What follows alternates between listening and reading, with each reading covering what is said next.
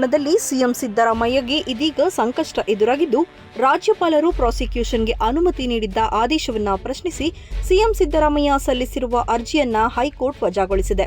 CM Siddaramaiah ಸಲ್ಲಿಸಿದ್ದ ಅರ್ಜಿ ವಿಚಾರಣೆ ನಡೆಸಿದ್ದ ನ್ಯಾಯಮೂರ್ತಿ ನಾಗಪ್ರಸನ್ನ ಅವರಿದ್ದ ಪೀಠ ವಾದ ಮತ್ತು ಪ್ರತಿವಾದವನ್ನ ಆಲಿಸಿ ತೀರ್ಪನ್ನ ಕಾಯ್ದಿರಿಸಿತ್ತು. ಇದೀಗ ಇಂದು ನ್ಯಾಯಮೂರ್ತಿ ನಾಗಪ್ರಸನ್ನ ತೀರ್ಪು ಪ್ರಕಟಿಸಿದ್ದು, ಸಿಎಂ ಸಿದ್ದರಾಮಯ್ಯ ಸಲ್ಲಿಸಿದ್ದ ಅರ್ಜಿಯನ್ನ ವಜಾಗೊಳಿಸಿದ್ದಾರೆ. ಖಾಸಗಿ ದೂರುದಾರರೇ ಅನುಮತಿಯನ್ನ ಕೋರಬಹುದು. 17A ಅಡಿ ಅನುಮತಿಯನ್ನ ಕೋರಿದ್ದು ಸರಿಯಾಗಿದೆ. ಸಚಿವ ಸಂಪುಟದ ಶಿಫಾರಸನ್ನ ರಾಜ್ಯಪಾಲರು ತಿರಸ್ಕರಿಸಿದ್ದು ಸರಿಯಾಗಿದೆ ಎಂದು ನ್ಯಾಯಮೂರ್ತಿ ನಾಗಪ್ರಸನ್ನ ಅವರಿದ್ದ ಪೀಠ ಅಭಿಪ್ರಾಯವನ್ನ ವ್ಯಕ್ತಪಡಿಸಿದೆ. ಈ ಮೂಲಕ ಸಿಎಂ ಸಿದ್ದರಾಮಯ್ಯಗೆ ಮತ್ತೆ ಸಂಕಷ್ಟ ಎದುರಾಗಿದೆ.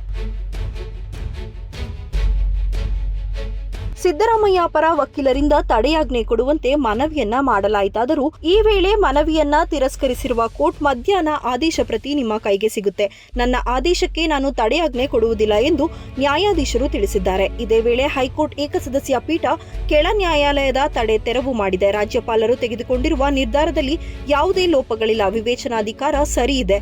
17A ಅಡಿ ಅನುಮತಿ ತೆಗೆದುಕೊಳ್ಳುವುದು ಇಂತಹ ಕೇಸ್ನಲ್ಲಿ ಕಡ್ಡಾಯ, ಹೀಗಾಗಿ ದೂರುದಾರರು ಅದನ್ನು ಪಾಲಿಸಿದ್ದಾರೆ ಎಂದು ಹೈಕೋರ್ಟ್ ತಿಳಿಸಿದೆ. ಕೋರ್ಟ್ ಆದೇಶದಿಂದ ಸಿಎಂ ಸಿದ್ದರಾಮಯ್ಯ ಮುಖ್ಯಮಂತ್ರಿ ಕುರ್ಚಿ ಶೇಕ್ ಆಗಿದ್ದು, ಇದು ಯಾವ ರೀತಿ ರಾಜ್ಯ ರಾಜಕೀಯದಲ್ಲಿ ಅಲ್ಲೋಲ ಕಲ್ಲೋಲ ಸೃಷ್ಟಿಸಲಿದೆ ಅನ್ನೋದನ್ನ ಕಾದು ನೋಡಬೇಕಿದೆ.